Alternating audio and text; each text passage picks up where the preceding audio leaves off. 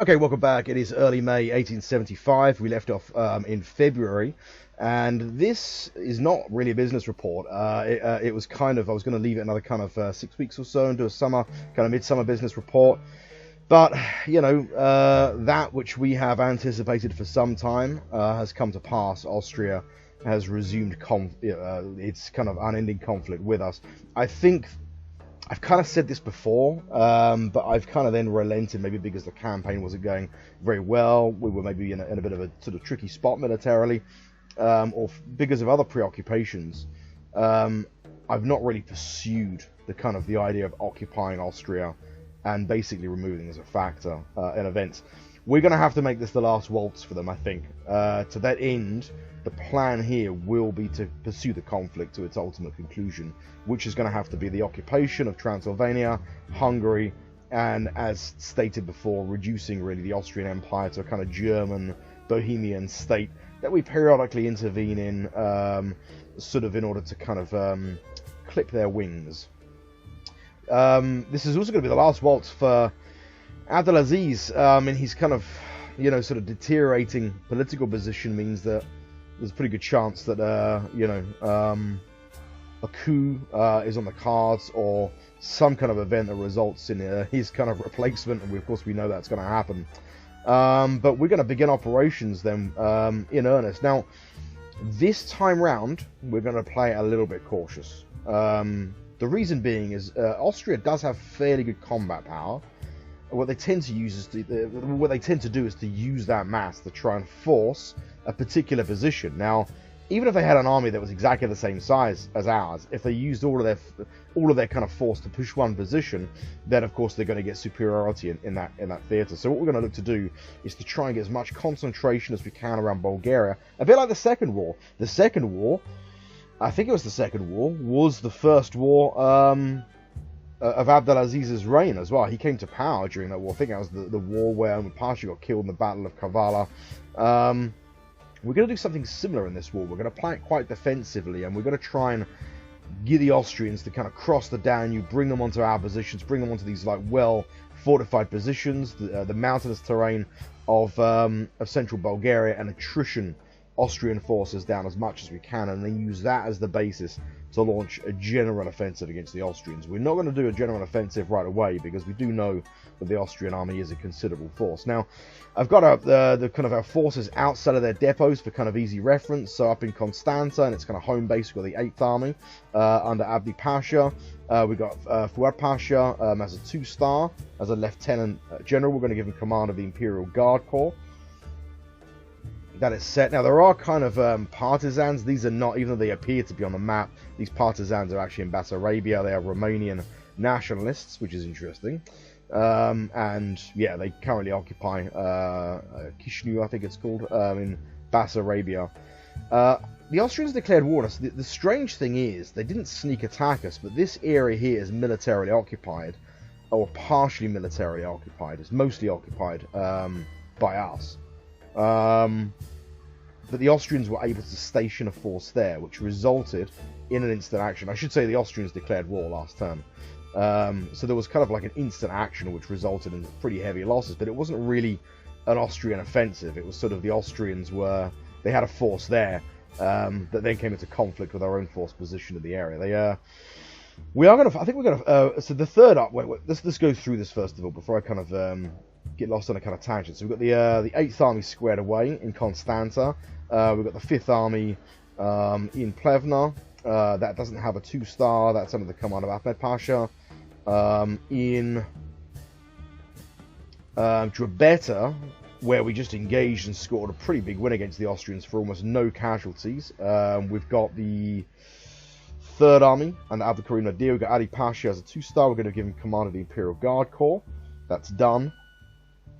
In Sofia, 4th Army then under Osman Nuri, we've got Suleiman Pasha as a 2-star. He's a really good prospect for promotion, really capable figure looking at his stats. Yeah, Elan, admired commander, poor subordinate, so there is a malice, but he would be a good prospect as a kind of future talent. So we've got him sorted out with Imperial Guard Corps. Then we've got the 6th Army under Ahmed Mukhtar. We've got Ahmed Esat as the Ahmed Esat Pasha as the Lieutenant General, going to give him command of the Imperial Guard Corps. So the elite corps of every kind of command will be a commanded force. Down in Salonika, we've got the Second Army under Hussein Avni Pasha with Nefed Izzet as the 2-star. Again, he gets the Imperial Guard Corps. And then that's pretty much it. We just got up to Sarajevo. With the First Army then, under Mehmed Ali. And we already gave Esherev Pasha command of the Imperial Guard Corps, because we had to relocate this force north to deal with a kind of rebellion. It was a scripted event rebellion. Now, there is the temptation to try and kind of, thunder run him up to Vienna, but I'm not going to do that, because we got ourselves in a real mess last time, and I do not want... Just by being a little bit too aggressive, I think it was just kind of hubris, and we don't want to get the First Army. These are our most experienced forces as well, incidentally. Now, we have switched some corps out, but for the most part, these are the kind of venerable units. The First Army includes, in part at least, units that we actually start with in 1850, albeit very upgraded units. So we're actually going to get the First Army down, I think, to sort of... Where to? Well, I'll tell you what we're going to do, first of all, is we're going to get the Third Army down to Augusta. We are going to set into an offensive posture so that he tries to kind of mop up this force, or at least deal some damage on this force, this Austrian force, under the command of von Philipsburg. The 8th Army... How to play this?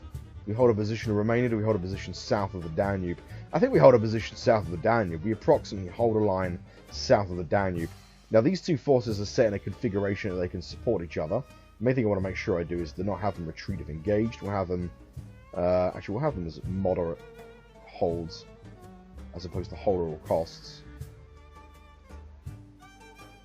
11 days to Augusta. You might have to work through. Let's just quickly see what's in this town. So it's just because it's besieged. So we're going to try and bunch our command up as best we can. Now, what's this terrain like here? This is flat terrain in Niche. I quite like this for kind of set-piece engagements. Let's get Hussein Avni to press north. Get the second up to Niche. 7 days. That's nice. Hussein Avni's a fast mover. So to be expected. And then we're going to punch through this force. Now, there's a good chance the Austrians will pour other forces through Serbia. So we're going to push through Zvornik and then to join at Niche. 19 days, that's, yeah, not what I imagined it would be. Let's have a look at the weather. Yes, it's heavy rainfall. It takes Hussein Avni 7. 11, Struth. Well, it is what it is. I mean, by the time the First Army gets to Novi Pazar anyway, he'll have support. He'll have support from Niche. So I'm fairly comfortable with that move. And I think what we do is we keep the 4th and the 6th set back. Actually, no, we don't. We move the 4th up to Augusta.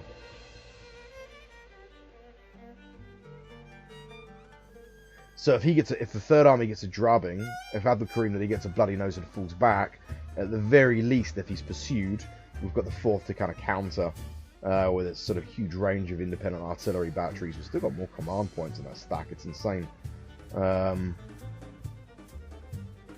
We might actually be able to squeeze another cavalry division in, you know. Take some of the independent artillery out. What have we got in the arsenal? Reserve Paul. All this reserve Paul. And no cavalry. What an idiot. Let's begin the construction of a cavalry division.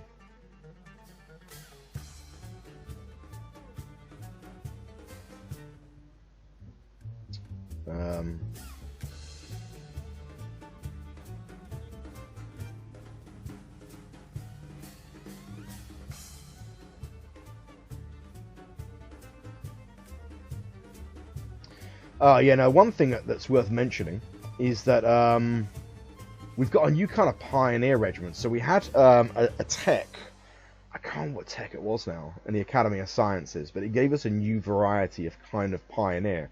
Now, I don't know whether the pioneers that we have, the pioneer units that we already have, will kind of upgrade. It hasn't happened yet.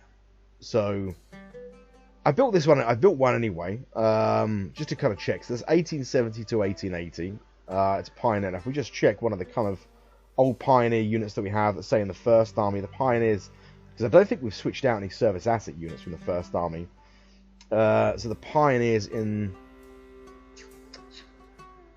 this command will be the original one we had. That's 1850 to 1870. So the idea is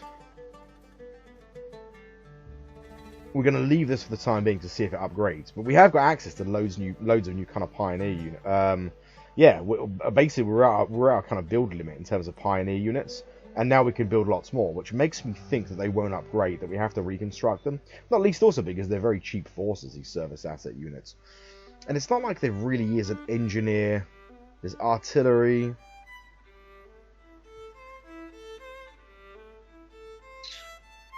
Yeah, in terms of replacements, there's not like an engineer category. There's categories for like...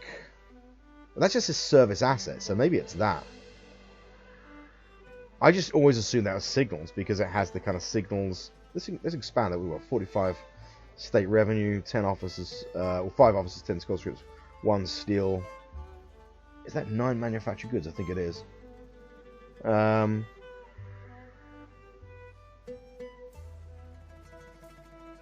Let's increase it to 4, or to 5 in total, and expand that to see if that aids in replacement, because I don't know whether the process of upgrading these units is based on soldiers leaving and being replaced, sort of thing, and then the new units that are coming in are trained to a different standard, they're trained using new techniques, maybe new equipment, something like that.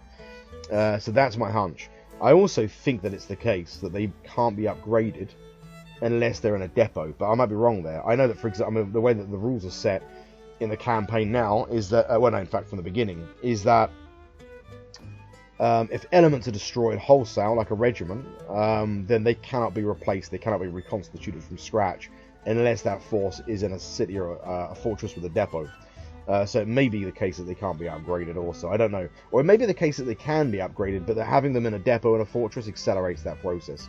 I'm going to leave it for a little while anyway, because this is not like a mission critical thing, and also I want to learn something about the game that, for whatever reason, just escaped me before. It's just something that's kind of been on my mind now, you know, whether or not I have to kind of, rebuild these pioneers or not. In terms of my military moves, I think that's it. Austria has no navy to speak of. And looking at the trade boxes, which I just have, I can't see any Austrian merchantmen. So it's not like we can even sort of send out raiders. And you have any kind of results. I think what we are going to do, though, we are going to sortie the fleet and just sit it off the coast, because at the very least we can get some intelligence. Now, the fleet is completely upgraded. The fleet is now pure ironclad. Yeah, so let's take it for a spin. What I think I might do is...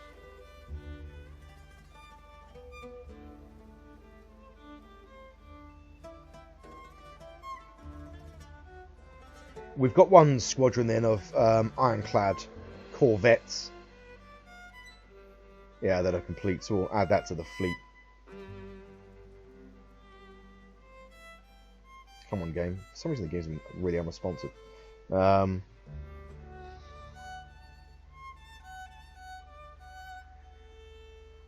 Okay. I mean, just in case they have like one squadron of frigates or something, I'm going to set it to kind of intercept. And if they have like a really small force, so they might just have transports. They might just have transports. So I like the option there to sort of intercept the transport. 7 days, a really nice time. And that's pretty much that time now, irrespective of weather. So now we're moving away from Age of Sail. We're getting a really good time. And, yeah. And less disruption as a result of weather as well. So we'll set it off the coast of the kind of the Gulf of Venice. try and see if we get some information on what's happening. There's been a revolt in Laibach, which is interesting. And then you've got the kind of looting, the remnants of looting in the east because of the Russia war. I think that's pretty much it. We have got another command, which is the 7th Army, which we are going to maintain in the east. And that is based in Erzurum, under the command of Ahmed Ayub Pasha. Yeah, I think we'll keep that. We'll keep those boys there for the time being, just in case it kicks off with Russia. That's pretty much it. In terms of the economy, things are going well. I've set kind of exports. We are engaging in a kind of moderate industrial expansion, but calibrated in key areas. So we want to just slightly expand the amount of manufactured goods. To that end, we are building a furniture factory in Buda, and then in Ankara. The problem with furniture factories is timber, but now we've started kind of constructing timber plantations, I guess, in China. The hope is that will kind of offset the fact that we have zero domestic access. And we've also just begun the construction of a mechanical shop in Ankara. The reason being is we are importing 10 units of mechanical parts per turn, and would rather not be doing that. That's it. Coal stockpile is good. Got to really quickly check exports.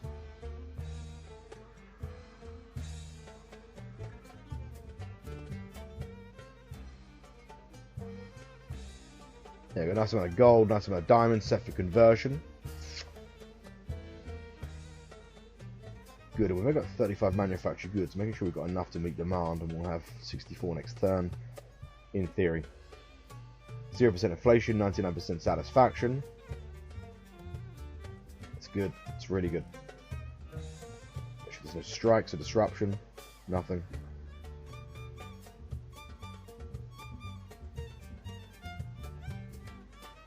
Okay, I'm going to put you on pause, past turn. It's early May. We'll see you on the other side in late May. Okay, welcome back. It's late May then, and we have some sort of fairly big opening actions, and there have been sensational wins so far, but we don't want to get ahead of ourselves too much. So we pulled back, I think it was the 3rd Army from Drobeta, to secure a kind of continuous line on the Danube, conferring us a kind of defensive advantage. As it is, the Austrians haven't been very aggressive in their opening moves, but we engaged the Austrian force that was also in Drobeta and scored a pretty big win, destroying what looks like much of an army corps. In my opinion, the Austrian force there was just not really set to the right kind. I don't know, it just seems such a sensational win. We take a lot of prisoners, we suffer negligible losses, and yeah, I can only imagine that the Austrian force had a really big command penalty.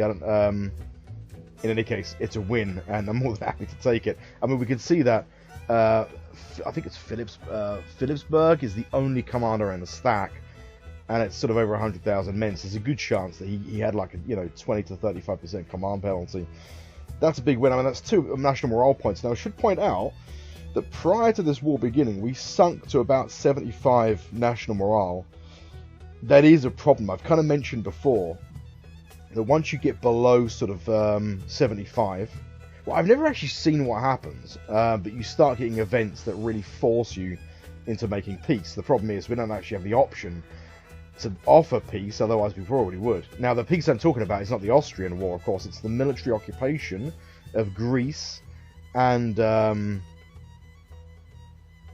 think it's Romania, basically. We actually control Bucharest, but I think it's Drobeta and Moldavia are Romanian territories that we occupy. Now, we were hoping to secure one of these. In fact, we were looking to secure Drobeta, but they haven't offered us a peace, and we no longer have any kind of diplomatic resources to make any kind of move, so we can't request peace anymore. That said, when we did have diplomats and we were doing so, it's not like they are accepting them, like our peace offers. So, I don't know, it's a kind of forever war. It's like a guerrilla campaign. It's kind of, the Ottomans' 1875 kind of Vietnam experience. So we're sort of bogged down. We have kind of atrophying public support for this kind of guerrilla campaign. And that is a problem for us. This large conventional war against Austria with nice big set piece pitch battles and decisive outcomes, which is the kind of thing that sates the sort of need for kind of, sort of victories and wins that can kind of bolster national morale. This is what the Austrian War can provide us. In a weird way, it kind of gets us out of the situation that the Greek and Romanian occupation is putting us in, especially once we secure Vienna. And we can even use the war, as I mentioned in previous videos, as a kind of mechanism to kind of offset downward pressure on national morale. That is, of course, if the war comes off, and the last war was almost catastrophic. So it's tempting to kind of be really aggressive on the back of the fact that we've just won a couple of big wins. I mean, in addition to that, there's a second engagement also in Drobeta. This is an Austrian army corps that is destroyed wholesale without any kind of specialized commander. Yeah, it looks like it's a clean-cut corps that moves in or tries to transit through the region and is destroyed wholesale. That's 3 national morale points. That's 5 in one turn. And then this looks like a light cavalry, a light infantry regiment tries to sort of pass through Niche, and that's just completely destroyed as well. Likely it's looking to push through, maybe tear up some railways, that kind of thing. Our railway system is important for this war. The reason being is we are looking at a war of attrition. Intentionally, we want to kind of attrition the Austrians down to create opportunities for maneuver. Now, and the basis for that is going to be good railroad access to the arsenal in Adrianople. And Adrianople, we've got a reserve pool stocked with 4 army corps. These are kind of mixed. I mean, for the most part, they are raw recruits, but some of these elements have been trained into line regiments.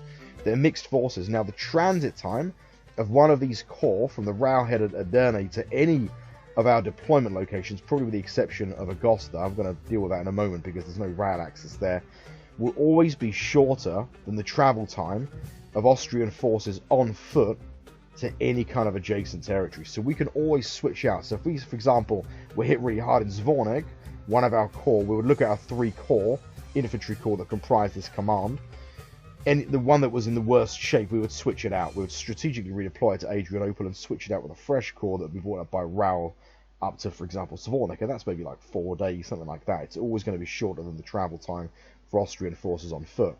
So this kind of system, the central reserve system, utilizing our railroads, allows us to kind of have that durability and sustain to keep the initiative also. And when we do go on the counter-offensive, to do so with relatively fresh forces.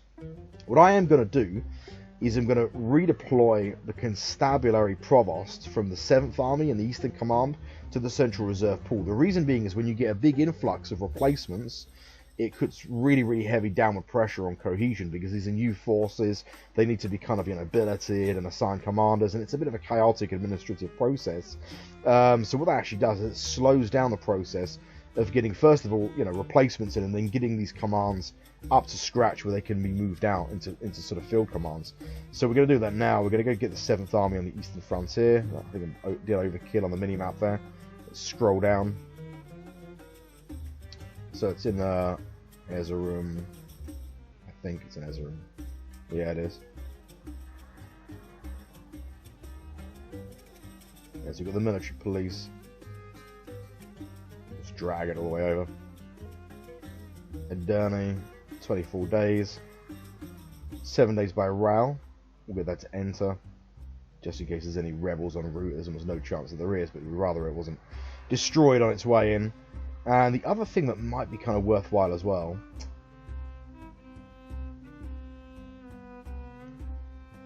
is to actually have a field hospital unit. It's counterintuitive to remove it from one of our commands.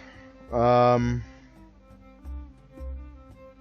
we'll keep the field hospital units in the commands, in the field commands. The reason being is, of course, is that it's never going to be the case that casualties are always going to be concentrated into one corps. They're going to be spread, but it might be the one corps sustains heavier casualties. But that means that 2 out of 3 corps will always remain in the command.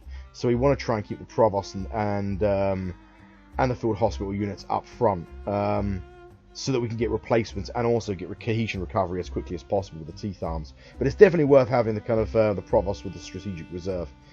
In terms of our actual moves, now I mentioned that Agosta doesn't have good rail access. Now for our kind of sort of system to work, we do need to have our field commands in locations with good rail access, at least to begin with for the first 6 months. It's late May, it's the beginning of the campaign season, so we're expecting the Austrians to begin to really kind of bear down on us. It looks like they've got forces, they've got some forces in Kronstadt up here. So we are going to cross the Danube, and we're going to set a position up. We're going to keep the 8th Army in Constanta, because there's no rail access in Moldavia. Now, we lose the defensive advantage of the Danube, but we gain... What command shall I move? In fact, we'll keep the 3rd Army, because he's just moved. So we'll send the 4th Army. 5 days. We'll set Abdelkrim Nadir to defensive posture. We'll set the 4th Army to offensive, just in case Austrian forces try to get into Drobeta. We've got good rail access in Novi Pazar. Now, there is a temptation here to conduct a localized counteroffensive, because this is the Austrian force that fell back from Drobeta, and he has sustained losses. To that end, it's going to be a localized counteroffensive into Serbia towards Belgrade, with a view. So it's a 2-day march from Niš. That's good. And then we've got the 1st Army. He's already set to defensive posture, and it's 4 days.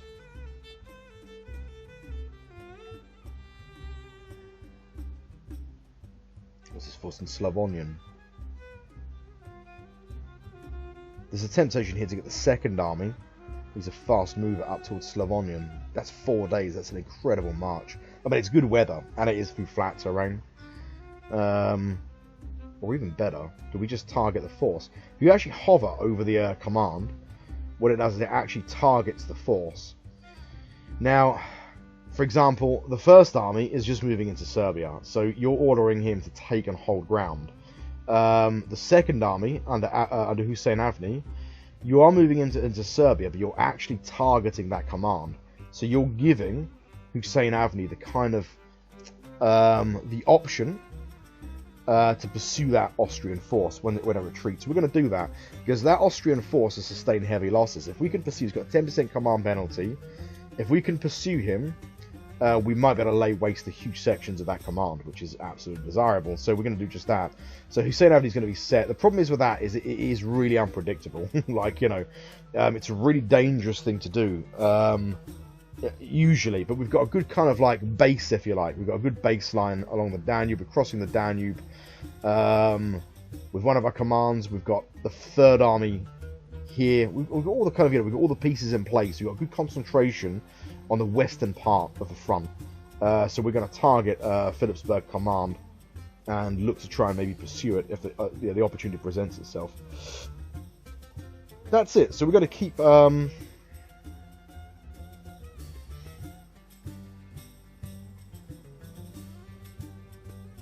I think what we're going to do is we're going to move the 6th Army under Ahmed Mukhtar to Niš. That's a 5-day march. But again, that stops any kind of small Austrian forces trying to sneak past to try and get into the rear. Because what we don't want to get into situations, we've got tiny kind of like Austrian cavalry brigades in the rear. It's unlikely to happen because this is quite a densely populated front now. Armies are sort of large enough now that you kind of have almost continuous front lines. You know, the days of getting small cavalry units behind the enemy lines and tearing up railroads is, at least in this kind of war, is becoming a thing of the past. Maybe in Russia, although, you know, Russia again it's quite a condensed front. But if you can get cavalry forces into Russia, even landing the southern part of Russia, that could be on the cards. But I think for the time being, it's not going to be for us against Austria. Yeah, I think that's all our moves. So we're going to look to conduct basically an offensive into Serbia, and then maybe look to pursue Austrian forces back north across the Danube, or perhaps across the Sava into Slavonian.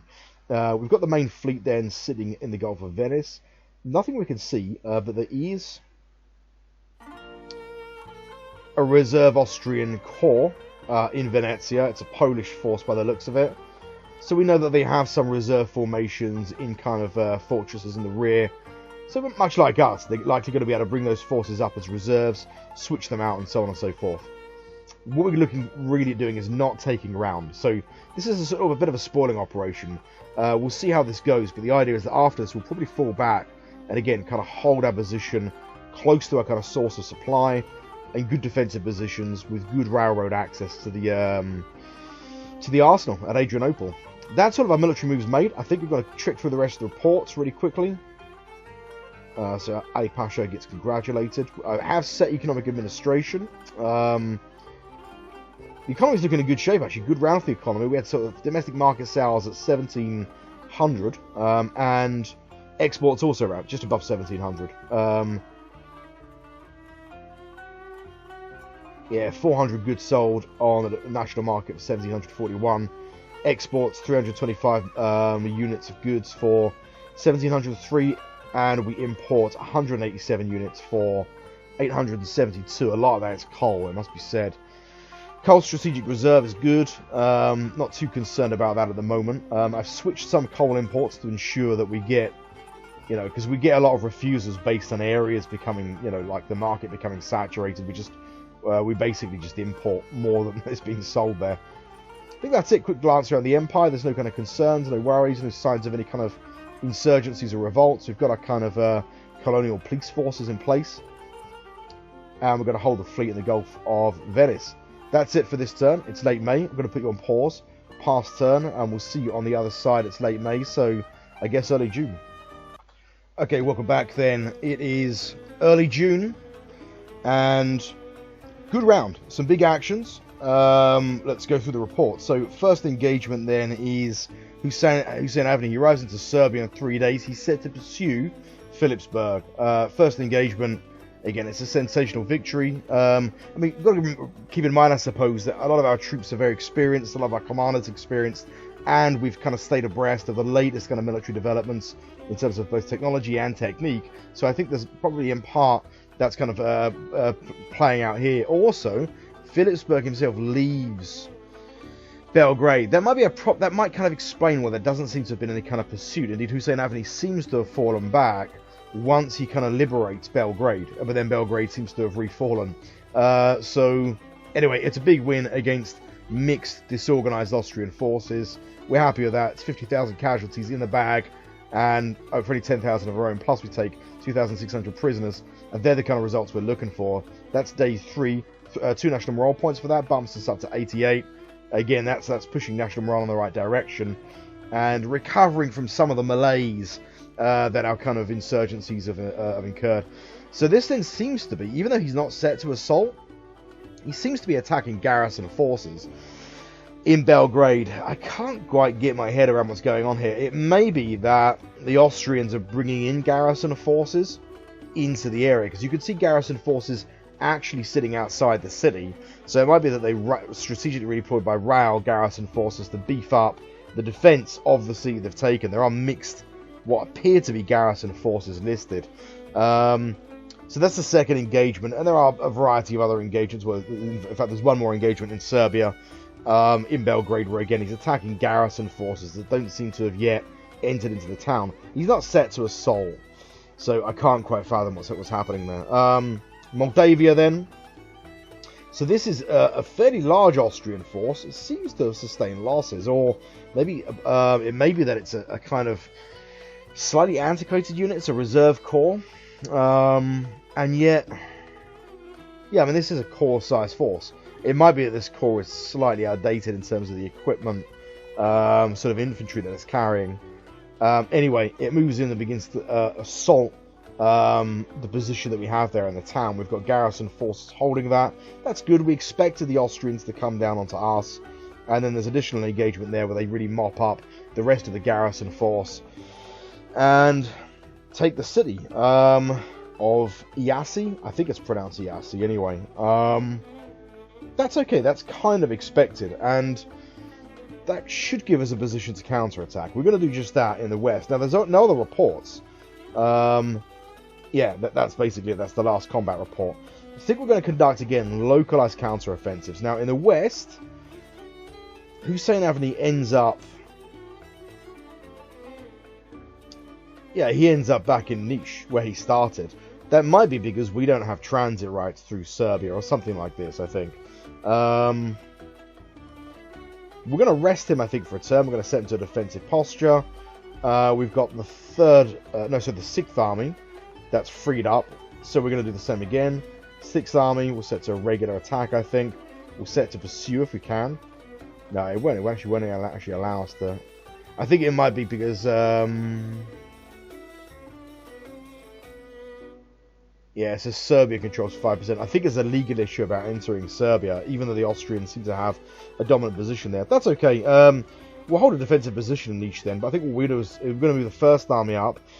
The Austrians will be a fairly large force then. They are besieging Sarajevo, and Sarajevo is a large fortress, a large depot. I mean, we've got, you know, over 100,000 men, plus fixed emplacements, comprising 64 guns, defending Sarajevo. And Sarajevo is a large fortress. We don't receive any kind of stacking penalty by having a force that is too large in the fortress. We've got a limit of 75, and we've got 42 elements in there. So unless that fortress is breached, this kind of garrison will put up a fairly significant defense. We're going to try and look to lift the siege at Sarajevo with a localized counteroffensive anyway, using the first army. Mehmet Ali is a really good offensive commander. He's got like a 7-factor offensive, so the idea is he should deliver some pretty good results. I'm half thinking we set to pursue that if we can as well. Yeah, it's the 76th army we're set to pursue. He will fall back, presumably to Sava. Maybe he might fall back to the kind of Dalmatian coastline, but we're going to try and kind of nail the forces. We're not too fussed about terrain. And in any case, the garrison in Sarajevo will reassert military control back into the region of Herzegovina. In the east, we're going to conduct a counteroffensive then from Constanza, looking to retake the ground. I'm not sure there's a legal ambiguity here. Can we? You know, we're at war with Moldavia. So when the Austrians took Iasi, they restored it to Moldavian control, which is interesting. That might mean that Moldavia will give us a white peace. It might not. In any case, we're going to move the 8th Army up. We're set to an offensive posture. We're going to do the same. We're going to look to actually attack the force as opposed to simply take terrain. So we're going to press. Now, in fact, here we're going to be careful. We're not. The reason being is, so it's a 5-day march. If the Austrians could be set to fall back, if they fall back, for example, to Bukovina, and we pursue with an Austrian fortress in between, you know, where we are and our source of supplies, we could actually get the kind of 8th Army in a bit of trouble, so we're not going to do that. 5th Army is not activated anyway, so that's fine. We're going to hold a defensive posture in Bucharest. Same as the case also for the 4th Army in Drobeta. We're happy for them to... I don't like the fact they seem to be defaulting back to defend and retreat. Okay. We want to set to create a really firm defense here, so we are set to hold at all costs.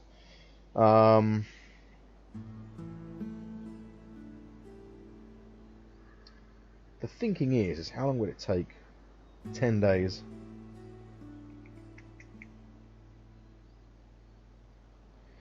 The 3rd Army is nearly recovered under Abdulkarim Nadir. We're going to set to an offensive posture. We're going to push through Drobeta and look to conduct an operation in Banat. That's an 8-day march. And then 2 days behind him will be the 6th Army. So we're going to try and push 2 commands into Banat to try and engage this Austrian force. Again, localized counter-offensives. We're happy to pull back after, but we're just looking to inflict casualties. We're not going to try and attack the unit. We're going to try and take the ground, because if the unit falls back, they might pursue, and we've got fortresses then in between our kind of source of supplies. I mean, we've suffered such little losses that we're not even using our strategic reserve at this point, which is good. We'll get the provosts over the reserve pool. That's good. So they can drive up organisation if we do have to switch them out. Again, I think that's it.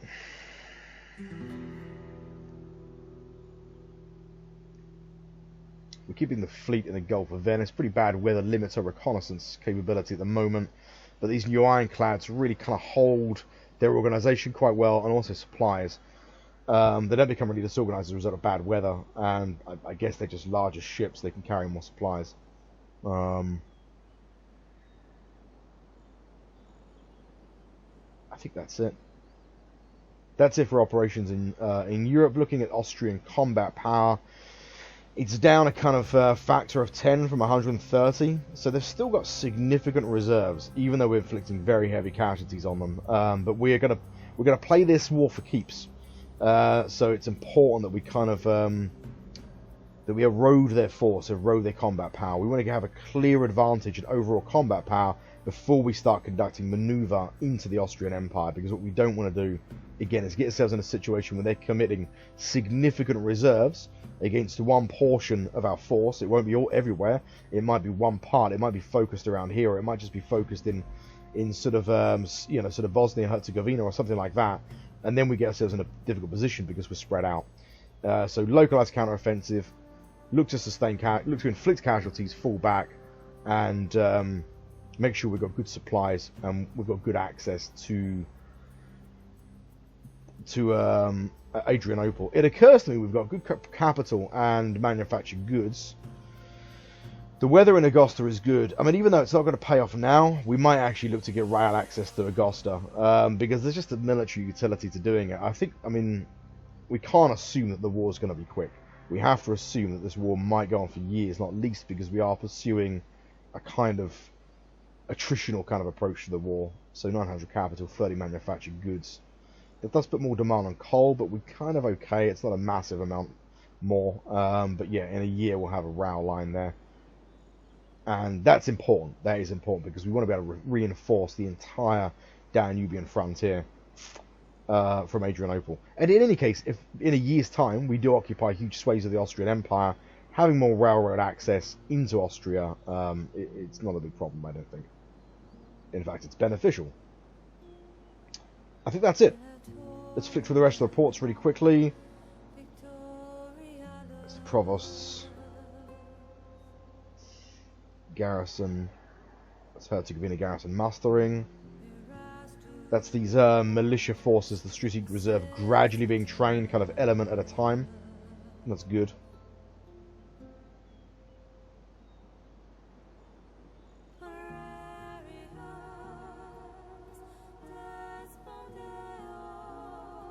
The war with the forever war with Sweden and Russia continues. One thing that I have noticed is the Russians have put down this revolt in Bessarabia, and what it has revealed to us is the magnitude of force that the Russians can still bring to bear, and it is substantial. I mean, that is a really large force, disturbingly large. So Russia definitely has the ability to project very real power into the Balkan Peninsula if it comes to it. We should keep that in mind.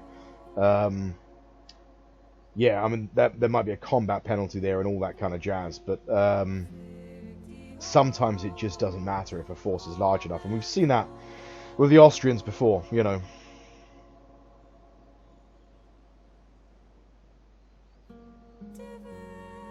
Economic admin has been set. I switched out some coal imports, and coal imports are now really solid.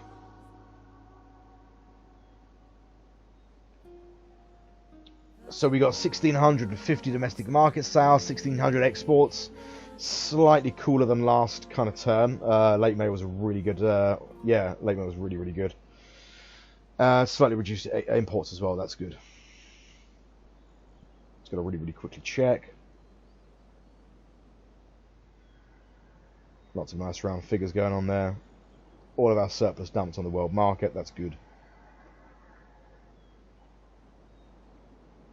Let's check other reports. We had a crisis between Russia and Italy that's resolved. I won't go through these because I can imagine it's rather tedious seeing these kind of card games, which is arguably maybe not the strongest part of the game, but I've never actually ever played one. The entire time I've played the game, I'm not sure if it's something that players actually do. I don't know. Well, maybe maybe there's a bug or something, but I've never ever once played one of these card games in 10 years. And this is like not even my first Ottoman campaign. I think this is my third or fourth Ottoman campaign. It's just never happened. Maybe it's something that doesn't happen to the Ottomans often.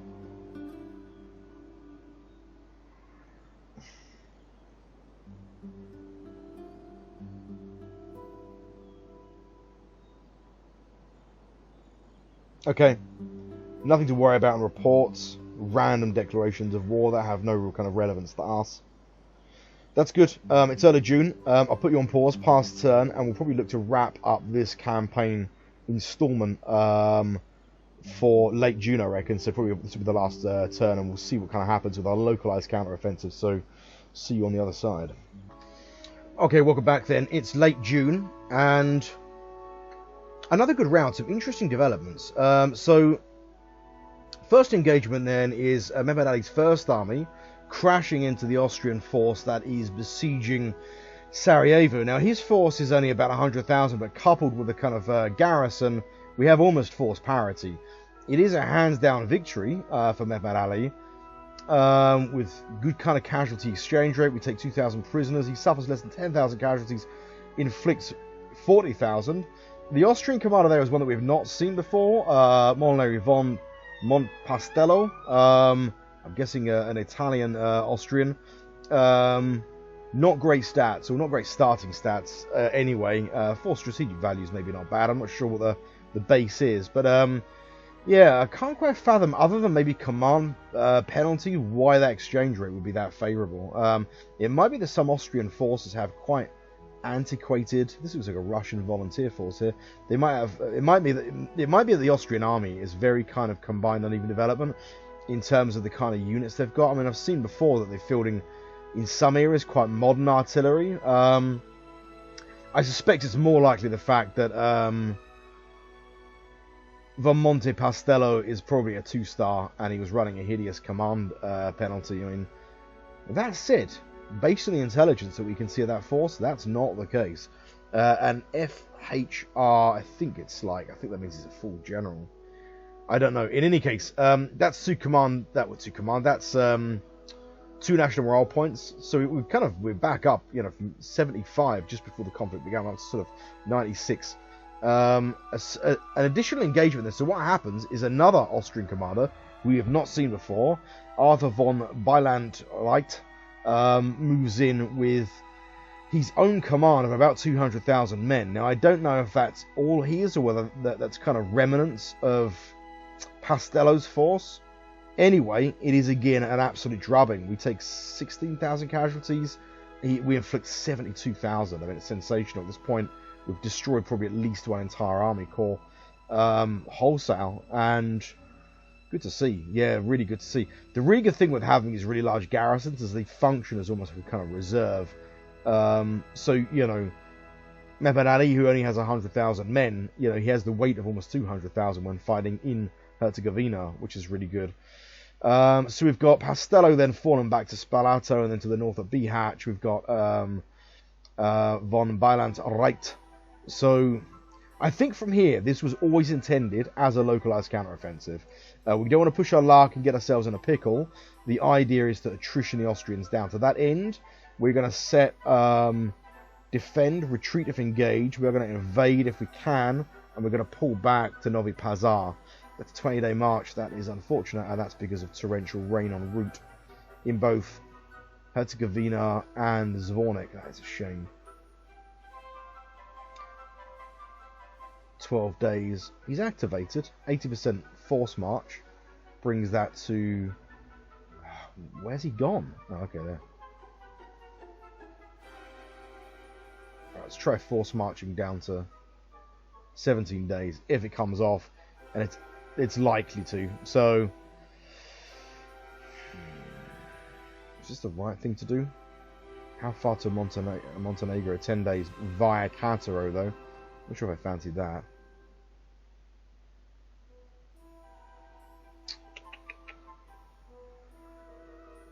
Right, we'll go with 10 days. We won't evade combat, but we will... No, we will evade combat.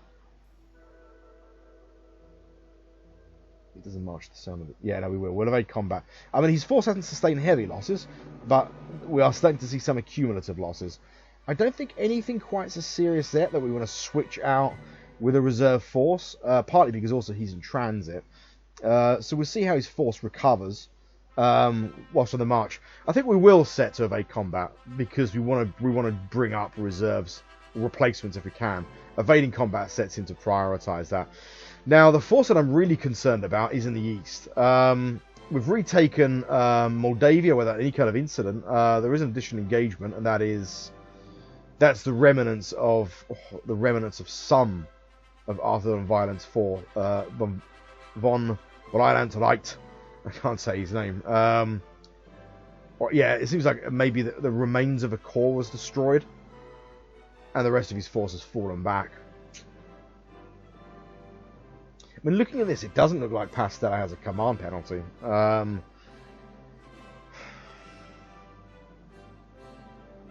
part of me thinks that we try and develop this. The thing is, the fact that we have a fleet in the Gulf of Venice and also the fortress of Fiume means we've got pretty good reconnaissance. It doesn't look like he's got anything to the rear.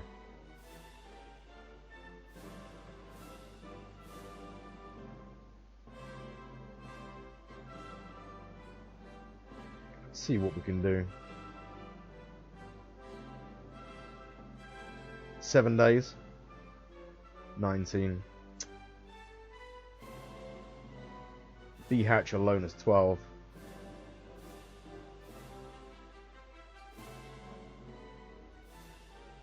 I don't feel like he's going to get trapped. I want to pursue Pastello's force. Because the first engagement was against him. He had a force of 190,000, took 40,000 casualties. So he had about 150,000 left. He will still slightly outnumber the first army. Oh, he's a little bit disorganized though, isn't he? No, I won't. It's crazy. There's no point in risking an entire field command like this. What we'll do, in fact, we'll hold offensive posture. We're not going to set... We'll hold offensive posture. We'll do a standard attack. And that means that if they try and push back into Sarajevo and get to Sarajevo before 12 days... So that brings it down to 10 days. That's not worth it. See what size this fortress is. Size 2 fortress. We'll get him to enter the fortress when he's there. Because that's... yeah, 12 days. That gives him like another 3 or 4 days inside the fortress to kind of... to get some reorganization. You get kind of faster reorganization if their force is billeted. So we're going to do that. Give him 4 days trying to reorganize his force in the fortress of Novi Pazar. It's a sort of level 2 early modern fort. That should be enough size-wise that it won't give him a combat penalty, I don't think. No, I think we'll be okay. It's only 100,000 men. What we're going to do is try and create a bit of elbow room for this kind of fighting withdrawal with the Second Army. So we're going to conduct an offensive into Serbia. I think we'll do a conservative attack. So if this position is heavily reinforced, because the one area that we can't really see, obviously we've got forces on the right that can give us a bit of a reading, and there's a completely open flank here, although there's a danger here, but there could be possibility for reinforcements through Slavonian. For all he know, he's got 200,000-300,000 men in Slavonian, you know what I mean? That could be moved into sort of into Serbia.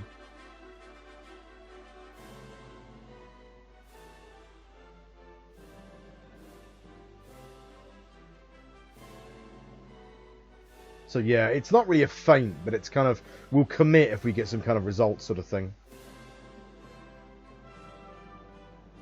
We'll call off the attack of the third round if it looks like it's not going our way.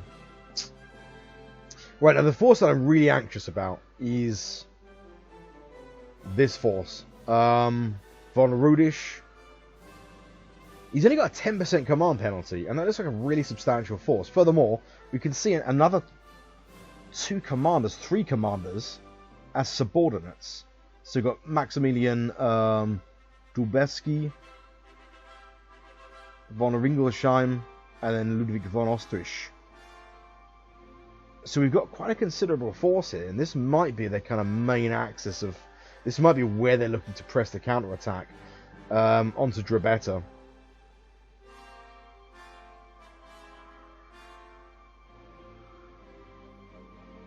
We're going to set the 4th Army to hold at all costs. Now, yeah, Osman Nuri is a defensive commander. He's a decent commander, but he's got good defensive stats. If we want a position to be pushed, it's this position. He gets support from the right, from the 5th Army, plus 2 commands support him just to the north. And this force is substantial enough that it would be difficult to push for him. So this is a good configuration we've got set in the center. In the east, where we're kind of a little bit vulnerable, we're not, because the Austrians don't have anything here. They've begun very rapidly constructing garrison forces for Bukovina, the town in Bukovina. But for the most part, we're in good shape. I don't think the First Army is in too much danger. I feel fairly confident about this kind of retreat. We're going to set to all costs. The reason being is, for whatever reason, if Austrian forces manage to get in and envelop his position somehow, we want him to punch through and get to Novi Pazar no matter what. So we're going to sort of we're going to press that with a bit more steel and determination.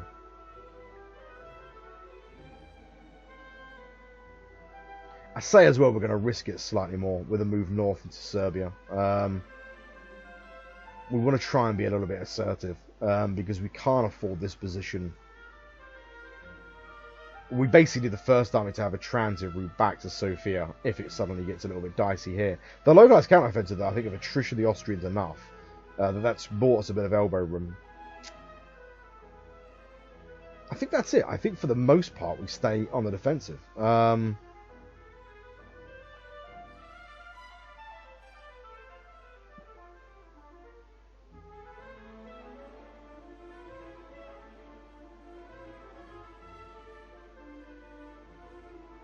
Yeah, for the time being, we're going to stay on the defensive in the east. I'm tempted to sort of, I just want to get overstretched.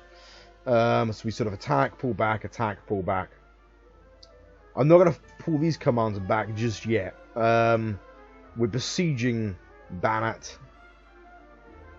And we've got the defensive advantage of the Koros just to the north. I quite like this position as it is for the time being, because we're going to keep that position as it is. The one area of a little bit concern, of course, is Augusta.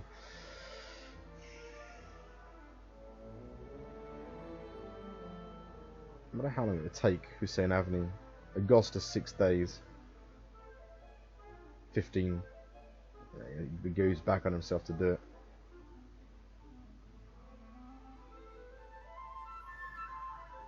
Okay, yeah, we'll keep pressing into northern Serbia. That's pretty much it. It's late June. I'm going to save here. And past turn, I'll do economic administration. But they're the operations anyway, as of late June. So we'll pick up in early July. If there is any kind of change, then what I'll do is I'll load up in late June. And we'll begin the next video in late June. Good start to the campaign. I feel much more kind of... much less caught off balance. It felt like the last campaign. I just feel like... I kind of got the tempo wrong. I kind of underestimated the Austrians a little bit of hubris. And very early on I felt like this didn't feel right. This feels good. I feel like we've got the right strategy and the right kind of mindset for how we're going to go about defeating the Austrians.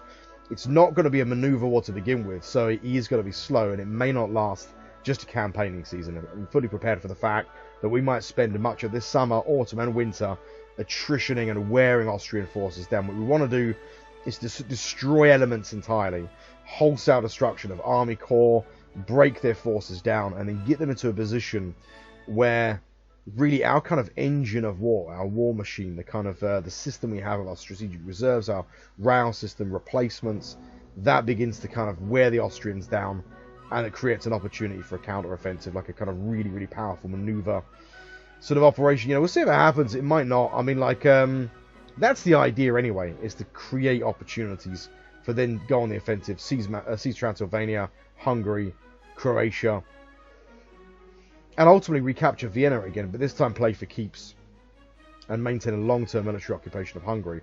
That'll beef out a domestic market as well fairly significantly. We'll have this kind of, you know, this wealthy agricultural heartland will be a part of our empire. And I mean, there's some areas that we might be able to develop and exploit as well. We'll see. I don't think that's the case with military occupation, though. I think, in fact, it'll have the opposite effect. It will keep Hungary back into this being this kind of poor backwater. But at the very least, it's a kind of captured market for us, you know. So that's it. Late June, and we'll probably see you again in early July, unless I change my plans. So thanks for watching this video, and I'll see you in the next one.